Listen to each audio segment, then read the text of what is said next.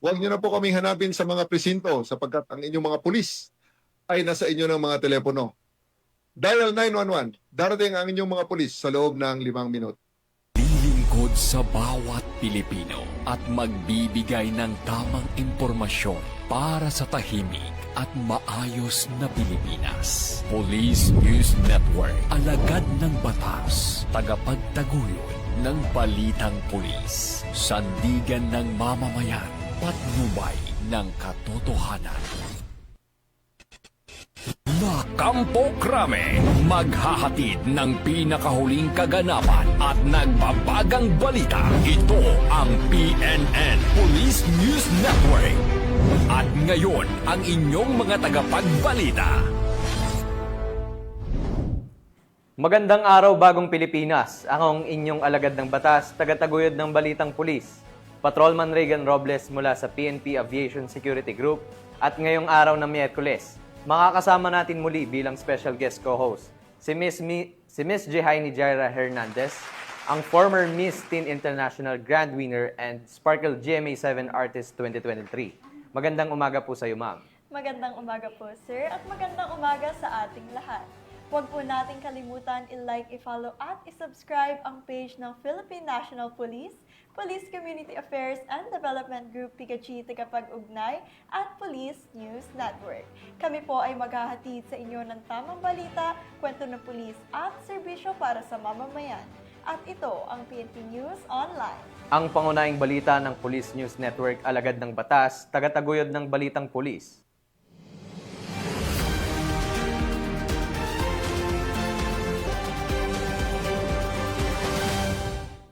Narito ang mga balitang dapat niyong abangan.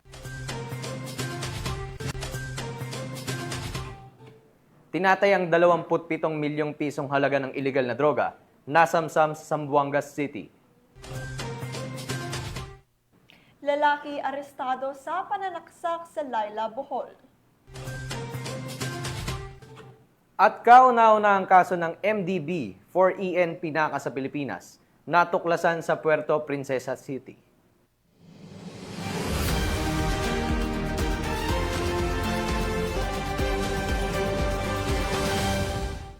Narito ang mga balitang hatid ng ating PNN correspondents mula sa iba't ibang panig ng bansa.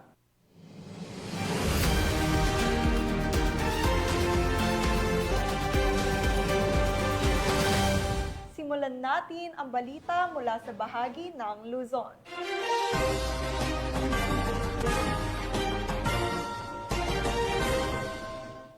Umabot sa tinatayang 14 na milyong pisong halaga ng shabu ang nasabat ng mga otoridad sa isang matagumpay na operasyon kontra iligal na droga sa lalawigan ng Camarines Norte, kung saan 2 kilalang high-value target ang naaresto.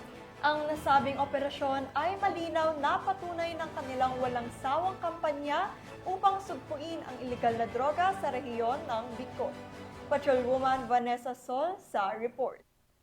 Ng kapulisan ang 2 tulak ng iligal na droga sa matagumpay na buy-bust operation dakong 10:00 ng gabi nito lamang 17 ng Agosto taong kasalukuyan sa Purok 2, Barangay Bagasbas, Daet, Camarines Norte. Kinilala ang mga sospek na sina alias Junior, 38 taong gulang, binata, chef at residente ng Purok 4, Barangay Ginakutan, Vinsons, Camarines Norte at alias Berto, 41 taong gulang, may asawa, residente ng Purok 1, Barangay San Francisco, Labo, Camarines Norte. Nakumpiska mula sa mga sospek ang iba't ibang ebidensya, kabilang ang isang orange eco bag na may lamang isang medium size na sachet ng hinihinalang shabu, isang black sling bag na may laman ng wallet, ID at isang brown envelope na naglalaman ng isang 500 peso buy-bust money, 19 na pirasong peking 500, mahigit 300 na pirasong peking 1,000 budel money at isang black plastic na nabalutan ng packaging tape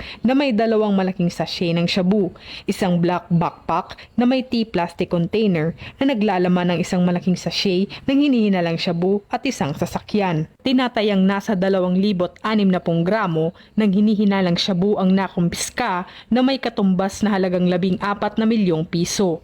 Sa kasalukuyan, nasa kustodiyan sila ng Daet Municipal Police Station para sa kaukulang disposisyon at pagsasampa ng kaukulang kaso sa ilalim ng Republic Act 9165 o Comprehensive Dangerous Drugs Act of 2002. Accordingly, dun sa intelligence natin, these people were from Labo and matagal na rin kasi itong tinitingnan ng mga intelligence operatives natin. And meron ng mga attempts sila na deliver dito prior and hindi lang talaga nag-check one. But this time, na-check one sila ng mga operatiba natin. Mula dito sa Legazpi City, Albay, ako ang inyong PNN correspondent, Patrolwoman Vanessa Sol, alagad ng batas, tagataguyod ng Balitang Pulis. Maraming salamat, Patrolwoman Sol. Naaresto ang isang lalaki matapos arestuhin ng Bacoor City Police dahil sa pagbabanta gamit ang isang improvised firearm o sumpak. Magbabalita dyan si Patrolwoman Priscel May Urbano. Naaresto ng mga tauhan ng Bacoor Component City Police Station ang isang lalaki matapos na magbanta gamit ang improvised firearms o sumpak sa Barangay Zapote 3, Bacoor City, Cavite nito lamang 17 ng Agosto taong kasalukuyan. Kinilala ang suspect na si alias Mel, 18 taong gulang, butcher at residente ng naturang lugar. Ayon sa investigasyon, bandang alas 9 ng gabi ng nasabing araw, naghihintay ng bus ang biktima sa Longos, Barangay Zapote 3 nang bigla umanong lumapit ang suspect at tinutukan siya ng sumpak habang nagsisigaw ng pagbabanta. Dahil sa takot, hindi na lamang lumaban ang biktima at agad namang tumakas ang suspect. Matapos ang insidente, agad na inulat ng biktima ang pangyayari sa barangay na kaagad namang ipinaabot sa Bacoor Component City Police Station. Sa isinagawang follow-up operation ng mga pulis, nadakip ang suspect at nakumpiska sa kanyang pagmamay-ari ang sumpak na kargado ng isang bala. Samantala, inihanda na ang mga kaukulang dokumento laban sa suspect na mahaharap sa kasong grave threat at paglabag sa Republic Act 10591 o Comprehensive Firearms and Ammunition Regulation Act. Mula dito sa PRO Calabarzon, ako ang inyong Police News Network correspondent, Patrolwoman Priscel May T. Urbano, alagad ng batas, tagataguyod ng Balitang Pulis. Maraming salamat, Patrolwoman Urbano. Isang makasaysayang kaso ng iligal na droga ang natuklasan sa lungsod ng Puerto Princesa matapos masabat ng mga otoridad ang kauna-unahang dokumentadong insidente ng paggamit ng MDB-4EN Pinaka sa Pilipinas. Patrolwoman Ferlyn Joy Kawile sa report. Ugnay ng matagumpay na operasyon ng Puerto Princesa City Police Office noong Agosto 11, 5 kabataan ang naaresto matapos mahuli sa isang buy-bust operation sa Barangay San Miguel, Puerto Princesa City. Nakumpiska sa mga suspect ang mga sachet ng pinaghinalaang marijuana at iba't ibang anyo ng synthetic cannabinoid. Kinumpirma ng Philippine National Police Forensic Group na kabilang sa mga nakumpiskang substansya ang MDMB-4N Pinaka, isang mapanganib na uri ng synthetic cannabinoid na unang beses pa lamang natuklasan sa Pilipinas. Ang MDMB-4N Pinaka po is a controlled substance under Republic Act 9165. Ito po ay synthetic cannabinoid under the family of cannabis or marijuana. What was discovered dun po sa Puerto Princesa, dito po nakita po, unang na-discover actually credit to Puerto Princesa City Forensic Unit under the leadership of Police Lieutenant Colonel Rafi Rojas and of course our forensic chemist, Police Captain Ardos Mangao.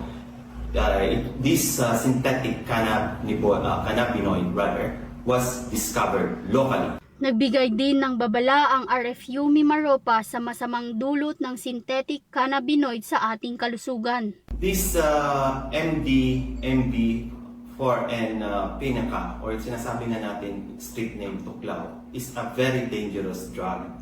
In fact po, may mga pag-aaral po, a single puff po ng Tuklaw na yan po is 69 times more toxic po than the regular THC or marijuana po.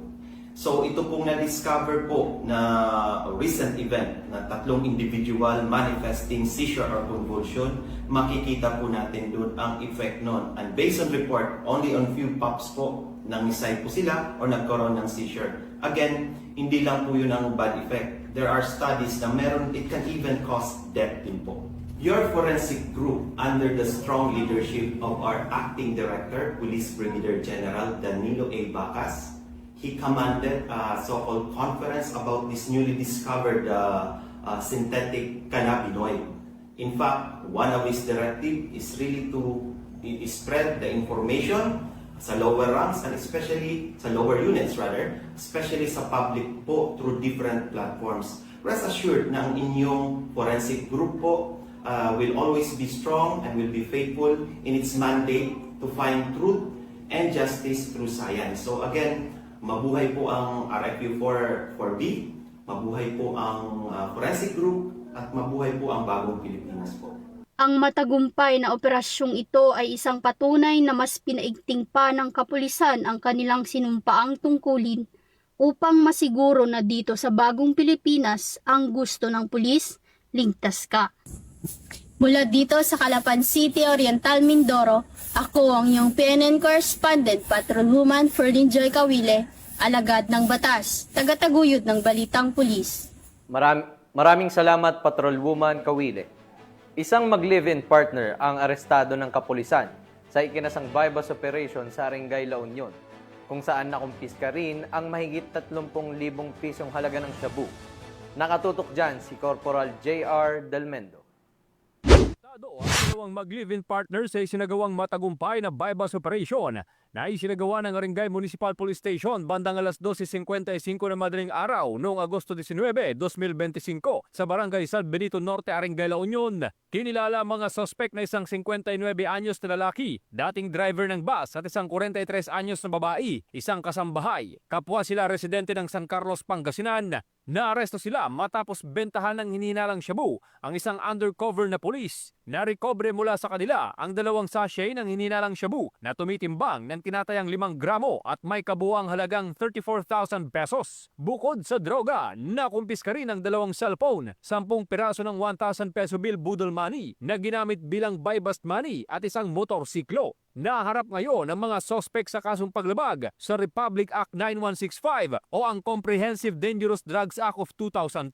Isa sa ilalim sa forensic analysis ang mga nakumpiskang droga para sa karagdagang ebidensya. Mula dito sa Ilocos Region, ako ang inyong PNN correspondent, Police Corporal J.R. Delmendo, alagad ng batas, tagataguyod ng Balitang Pulis.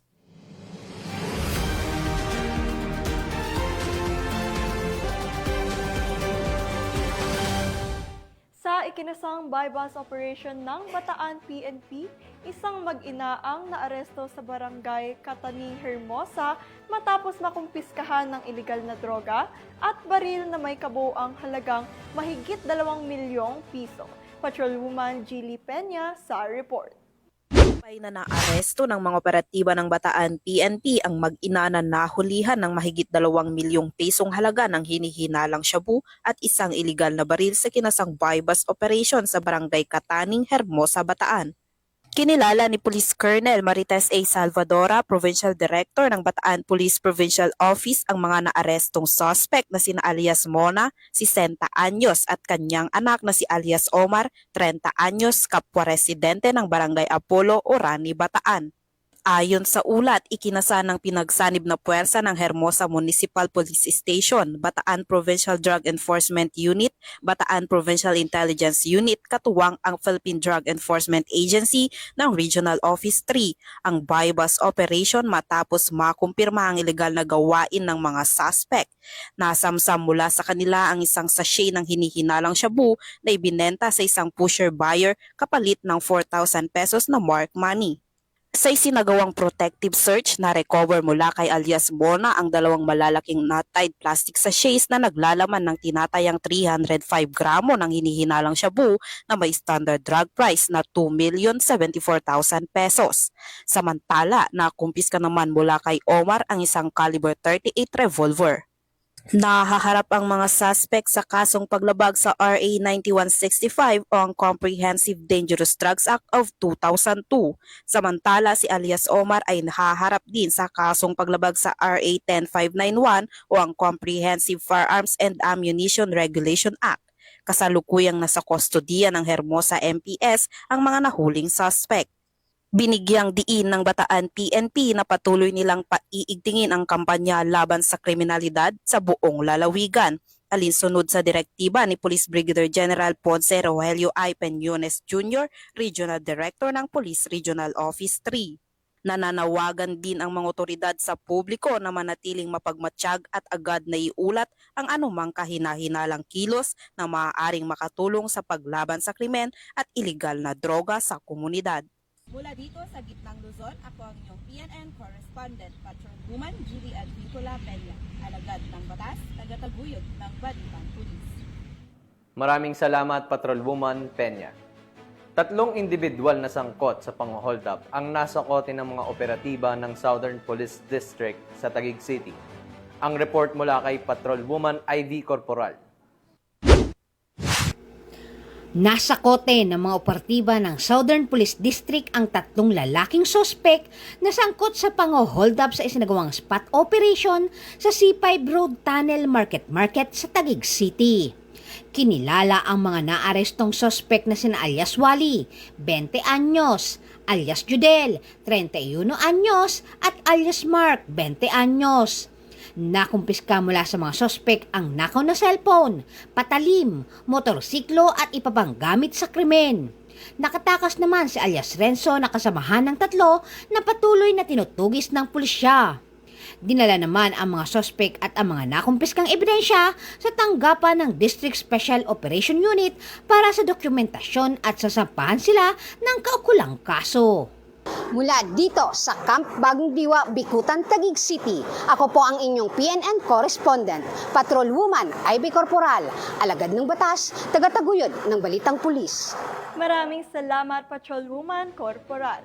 Nagpakitang gila sa mabilis at maagap na aksyon ang 1st Ifugao Provincial Mobile Force Company matapos silang rumesponde sa isang aksidente sa bayan ng Asipulo. Magbabalita dyan si Patrolwoman Melba Langbis. Magandang gawain ang ipinakita ng mga tauhan ng 1st Ifugao Provincial Mobile Force Company, katuwang ang mga tauhan ng Asipulo Municipal Police Station sa isang vehicular accident na naganap sa barangay Amduntog, Asipulo, Ifugao, kamakailan lamang. Ayon sa paunang ulat, isang sasakyan ang nawalan umano ng kontrol habang binabagtas ang kalsada na nagresulta sa pagbaliktad nito. Sa pagtutulungan at agarang aksyon ng mga nasabing grupo, agad na naibigay ang tulong sa pag-secure ng area at sa driver. Tulong-tulong ang mga grupo sa pagbuhat sa mga sako-sakong karga ng nasabing sasakyan sa gilid ng kalsada upang hindi makagambala sa daloy ng trapiko. Ipinamalas ng mga nasabing tauhan ang mabilis na pagtugon, malasakit at pagtutulungan na nagpapakita ng kanilang kahandaan sa oras ng pangangailangan. Muli na namang pinaalalahanan ng 1st Ifugao Provincial Mobile Force Company ang publiko na sundin ang Blue Baguettes checklist bago bumiyahe. Ang pagsunod sa Blue Baguettes ay malaking hakbang upang maiwasan ang aksidente, masigurong maayos ang kondisyon ng sasakyan at mapanatili ang kaligtasan ng lahat sa daan. Patuloy na nananawagan ang PNP sa kooperasyon ng komunidad upang maging ligtas at mapayapa ang bawat biyahe. Mula dito sa rehiyon ng Cordillera, ako ang PNN correspondent, Patrolwoman Melba Langbis, alagad na batas, tagataguyod ng Balitang Pulis.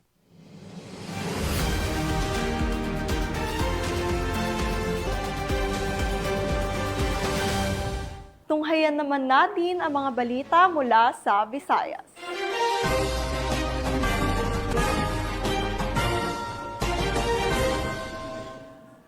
Isang dating kasapi ng underground mass organization ang tuluyang nagpasya na talikuran ang kilusan at muling yakapin ang pamahalaan matapos itong magbalik loob sa mga otoridad sa Barangay Garden Arteche, Eastern Samar.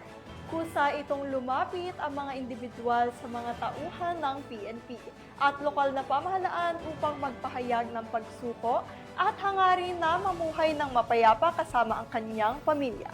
Patrolwoman Maria Elena Singian sa balita.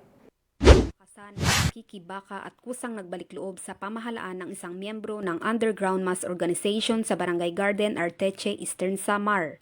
Ang pagbabalik loob ay resulta ng matagumpay na pakikipagnegosasyon ng mga tauhan ng 801st Maneuver Company Regional Mobile Force Battalion 8 kasamang Provincial Intelligence Team Northern Samar, Regional Intelligence Unit 8, 1st Eastern Samar Provincial Mobile Force Company, Eastern Samar Provincial Intelligence Unit at PNP Intelligence Group Internal Security Operation Division. Samantala, nakatanggap naman ang nagbalik loob ng agarang tulong pinansyal at food packs mula sa mga kapulisan. Ang nasabing surrendere ay nasa kustudiya ng 801st Maneuver Company RMFB 8 para sa kanyang posibleng enrollment sa programa ng ating gobyerno na Enhanced Comprehensive Local Integration Program o ECLIP. Ang pagbabalik loob ng dating miyembro ng UGMO ay representasyon ng mga programa ng ating gobyerno sa pagwawakas ng insurhensya at terorismo ay matagumpay na naipapatupad tungo sa pagkamit ng payapa at maunlad na bagong Pilipinas. Mula dito sa Eastern Visayas, ako ang inyong PNN correspondent, Patrolwoman Singian, alagad ng batas, tagataguyod ng balitang pulis. Maraming salamat, Patrolwoman Singian. Walang kawala sa batas ang suspect na may kasong pananaksak sa Lila, Bohol matapos itong maaresto ng mga tauhan ng Lila Municipal Police Station sa naturang lugar. Nakibalita dyan si Patrolwoman Flora May Azares. Arestado ng kapulisan ng Lila ang sospek na sangkot sa pananaksak at pagpatay sa lalaking biktima sa Purok 2 Cogon, Lila, Bohol noong ika-17 ng Agosto ng taong kasalukuyan. Kinilala ni Police Major Ray Olar, officer in charge ng Lila Municipal Police Station, Bohol Police Provincial Office, ang sospek na si Glenn, 46 anyos, na residente ng naturang lugar. Batay sa ulat ng pulisya, bandang alas 10:20 ng gabi nang makatanggap ng tawag ukol sa insidente, pauwi umano galing sa inuman ang biktimang si Crisologo at ang kasama nitong si Arvin. Nang mapadaan sila sa bahay ng sospek ay dali-dali itong kumuha ng itak. Walang kaabog-abog na hinabol ng sospek si Arvin, ngunit ito ay nakatakas. Kung kaya, kinumpronta nito ang biktimang si Crisologo. Sinubukan pang manglaban ng biktima gamit ang kawayan, ngunit ayaw pawat ng sospek sa pananaksak na naging dahilan ng pagbagsak ng biktima sa lupa. Kaagad na isinugol sa pinakamalapit na paggamutan ng biktima, ngunit idiniklara itong dead upon arrival. Ako po ay nagpapasalamat sa ating mga kababayan sa maagang pagtawag sa ating kapulisan at nagresulta sa madaling pag-aresto ng suspect sa kasong pagpatay o murder. Ito rin po ang resulta ng pinaigting na 5-minute response policy ng ating Chief PNP na si Police General Nicolas Torre III. Ito po ang standard na oras para sa ating mga kapulisan para mag-responde at dumating sa crime scene sa panahon ng emergency pagkatapos makatanggap ng tawag galing sa ating mga kababayan na nangangailangan ng tulong. Sa pagdating po ng ating pulis sa lugar, ang suspect po ay patungo ng lalayas pero siya po ay naabutan ng ating mga kapulisan na mabilis na nagresponde at agad siyang naaresto. Nakuha rin po sa lugar ang itak na ginamit sa pagsaksak ng biktima. Para sa ating mga kababayan, ang inyong seguridad at kaligtasan ang aming pangunahing layunin at huwag kayong magdalawang isip na tumawag sa ating kapulisan para sa inyong kaligtasan. Mula dito sa Central Visayas, ako ang inyong Police News Network correspondent, Patrolwoman Flora May Azares, alagad ng batas, tagataguyod ng balitang pulis.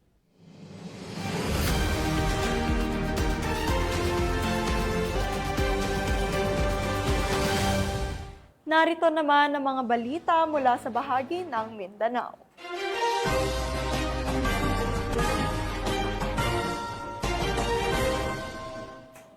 Isang malaking tagumpay laban sa illegal na droga ang naitala matapos masamsam ng pinagsanib na puwersa ng PNP at Philippine Drug Enforcement Agency ang tinatayang 27 milyong halaga ng shabu sa isang kinasang bypass operation sa lungsod na ito. Ang suspect ay kasalukuyang nasa kustodiyan ng mga otoridad at haharap sa kasong paglabag sa Comprehensive Dangerous Drugs Act of 2002. Magbabalita dyan si Patrolwoman Luis Marie Conte. ang tinatayang 27 milyong halaga ng shabu sa isinagawang drug buy-bust operation ng Philippine Drug Enforcement Agency Zamboanga del Sur. Katuwang ang PIDEA Zamboanga City Office, City Drug Enforcement Unit, City Intelligence Unit, Marine Battalion Landing Team Task Force Zamboanga, Regional Mobile Force Battalion 9, Zamboanga City Police Station 11, at Counterintelligence Unit ng AFP sa isang high-value individual sa Mayor Haldon Street, Barangay Canilar, Zamboanga City. Nito lamang ika-19 ng Agosto taong kasalukuyan. Kinilala ni Agent Cesario C. Judilla Jr., Provincial Officer ng PIDEA Zamboanga del Sur, ang suspect na si alias Badri, 52 taong gulang, isang negosyante at dating miyembro ng Armed Forces of the Philippines. Nakumpiska sa suspect ang 4 na vacuum-sealed packs na hinihinalang shabu na may bigat na 4,000 gramo at nagkakahalaga ng 27 million pesos na nakalagay sa Chinese tea packaging na may tatak na Guanyin Wang na karaniwang ginagamit ng mga international drug smuggling syndicates. Bukod dito, nakuha rin sa operasyon ng isang Nissan Navara, budol money na may kasamang tunay na 1,000 bills, ilang cellphone, isang national ID at iba pang mahalagang ebidensya. Mahaharap ang suspect sa kasong paglabag sa Section 5 Article 2 ng Republic Act 9165 o Comprehensive Dangerous Drugs Act of 2002 kapag napatunayang nagkasala ito. Ang mga nakumpiskang ebidensya at ang suspect ay kasalukuyang nasa kustudiya ng PIDEA Zamboanga City Office para sa dokumentasyon at tamang disposisyon. Ang operasyon na ito ay isa na namang malaking tagumpay para sa PIDEA Regional Office 9 sa kanilang walang humpay na kampanya laban sa mga sindikato ng droga at pagsupil ng mga high-value target sa Western Mindanao. Mula dito sa Zamboanga Peninsula, ako ang inyong PNN correspondent, Patrolwoman Luis Mariconde. Alagad ng batas, tagataguyod ng balitang pulis. Maraming salamat, Patrolwoman Conde. Isang lalaki ang naaresto at tinatayang mahigit 3 milyong halaga ng shabu ang nasamsam matapos ang matagumpay na operasyon ng mga tauhan ng Regional Drug Enforcement Unit ng Bangsamoro Autonomous Region sa Lanao del Sur. Patrolwoman Mary Chris Algabre sa balita. Nasabak ang mahigit 3 milyong halaga ng shabu mula sa isang drug pusher sa ikinasang drug buy-bust operation ng mga operatiba ng Regional Drug Enforcement Unit sa Barangay Buntungan, Wao, Lanao del Sur. Nito lamang ika-18 ng Agosto taong kasalukuyan. Kinilala ni Police Captain Joel Lebrelia, Chief Regional Drug Enforcement Unit BAR, ang suspect na si alias Mads, 34 anyos, isang magsasaka na residente ng Barangay East, Kilikili, Wao, Lanao del Sur. Naging matagumpay ang naturang operasyon dahil sa pinagsanib pwersa ng mga tauhan ng Regional Drug Enforcement Unit BAR at Wao Municipal Police Station na nagresulta sa pagkakaaresto ng suspect at pagkakasabat ng mga ebidensya. Nakuha ng mga operatiba mula sa suspect ang isang piraso ng plastic sachet na naglalaman ng illegal na droga na may timbang na 460 gramo na nagkakalagang 3,128,000 pesos, 1,000 peso bill at 499 na pirasong tig 1,000 pekeng pera na ginamit bilang buy-bust money at 2 ID. Hawak na ngayon ng PNP ang suspect at mahaharap sa kasong paglabag sa RA 9165 o Comprehensive Dangerous Drugs Act of 2002. Patuloy ang Lanao del Sur PNP sa mas lalong pagpapaigting ng kampanya kontra iligal na droga upang masiguro ang kaligtasan ng bawat mamamayan. Mula rito sa Rio ng Bangsamoro, ako ang inyong PNN correspondent, Patrolwoman Mary Chris Algabre, alagad ng batas, tagataguyod ng balitang pulis. Maraming salamat, Patrolwoman Algabre. Bagsak sa kamay ng batas ang isang high-value target matapos mahulihan ng tinatayang mahigit 600,000 pisong halaga ng shabu sa ikinasang buy-bust operation ng mga otoridad sa Barangay Bugo, Cagayan de Oro City. Nakibalita dyan si Patrolwoman Danessa Berdos.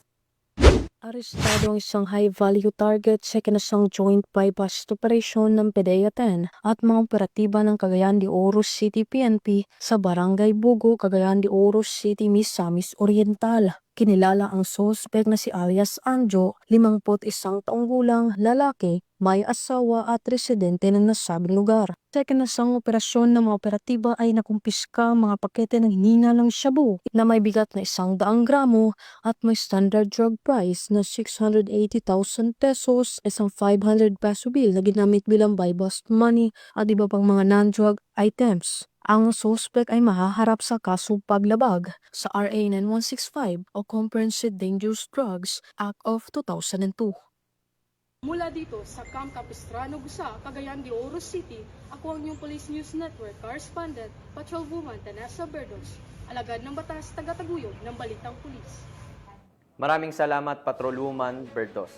Walang kawala sa mga otoridad ang isang most wanted person sa bayan ng Polomolok matapos isilbi ng kapulisan ang warrant of arrest kaugnay sa kasong karnaping. Ibabalita yan ni Patrolwoman Ara Cassandra Concon. Arestado ng mga otoridad ang isang most wanted person sa antas ng municipal sa gawang operasyon sa barangay Sumbakil, Polomolok, South Cotabato, dakong 1:30 ng hapon. Kinilala ang suspect na si Alice Saddam, 24 taong gulang, may asawa, residente na nasabing lugar. Ayon sa ulat ng Polomolok Municipal Police Station, naaresto si Saddam sa bisa ng warrant of arrest kaugnay sa kasong carnapping with violence against or intimidation of person na walang rekomendadong piyansa. Patuloy ang PNP sa maigting na kampanya laban sa mga kriminal at sa pagpapanatili ng kapayapaan at kaayusan, katuwang ang iba pang ahensya ng pamahalaan tungo sa bagong Pilipinas.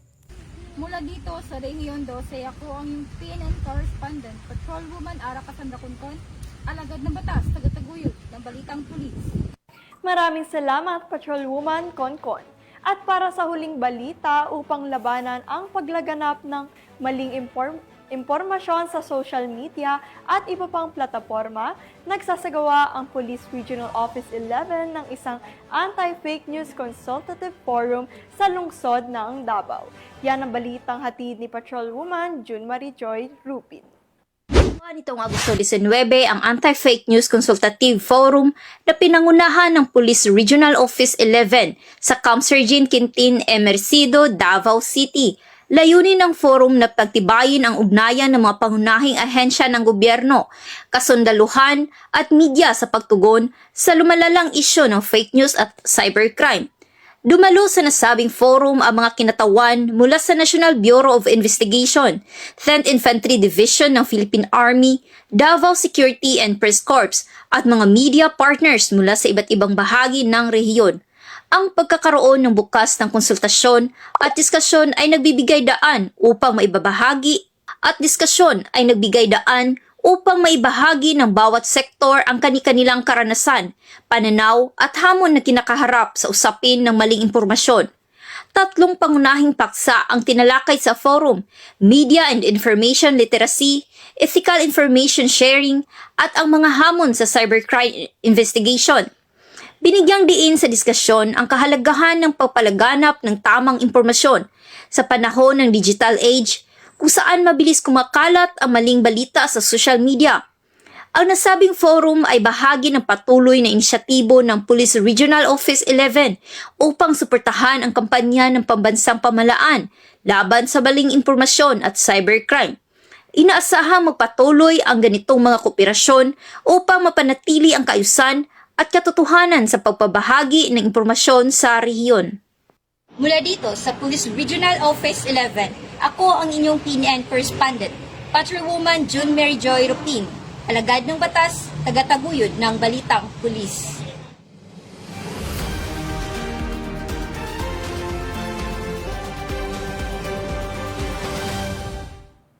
At yan ang mga balitang nakalap ng ating PNN correspondents mula Luzon, Visayas at Mindanao. At bago po tayo tuluyang magtapos, nais ko pong ipaabot ang aming taus-pusong pasasalamat sa lahat ng masugid na taga-subaybay ng Police News Network. Maraming salamat po sa inyong patuloy na suporta at syempre, nagpapasalamat din po kami sa ating guest co-host ngayong araw na si Ms. Jihaini Jara Hernandez. Maraming salamat po sa pagpapaunlak sa aming imbitasyon at sa pakikisa sa layunin ng programa ito. Maraming salamat po PNN sa muling pag-imbita sa akin bilang inyong co-host. At binabati ko rin po ang aking relatives mula sa Laguna, Nueva Ecija at sa Canada. Pinapasalamatan at binabati ko rin po si Chief PNP Police General Nicolas Torre III, Police Major General Roderick Augustus Alba, the Director for Police Community Relations, Pigachi Command Group na pinamumunuan ni Police Brigadier General Marvin Joe Saro, Police Colonel Joel Serrano, Police Colonel Adonis Guzman at Police Colonel Joel Ada. Sa lahat ng personnel ng Police Community Affairs and Development Group at sa lahat ng magigiting na pulis sa buong bansa, maraming salamat sa inyong serbisyo para sa isang ligtas na pamayanan. Sa ngalan ng pamunuan ng Philippine National Police, sa pangunguna ni Chief PNP Police General Nicolas Torre III at sa pamumuno ni President Ferdinand Bongbong Marcos Jr., kami ay maglilingkod sa bawat Pilipino at magbibigay ng tama at balansing balita dahil sa bagong Pilipinas ang gusto ng pulis. Ligtas ka. At sa mga mahal naming kababayan, huwag na kayong maghanap ng pulis sa presinto sapagkat sila po ay nasa inyong mga telepono. Tumawag sa 911, darating sila sa loob ng 5 minuto. Mula rito sa tanggapan ng tagapag-ugnay ng pambansang pulisya, kami ang inyong alagad ng batas, tagataguyod ng balitang pulis. Patrolman Regan Robles mula sa PNP Aviation Security Group. At ako naman po si Jihaini Jara Hernandez, former Miss International Grand Winner, maghahatid ng tamang balita, kwento ng pulis at serbisyo para sa mamamayan. At ito ang PNP News Online. Ang pangunahing balita ng Police News Network.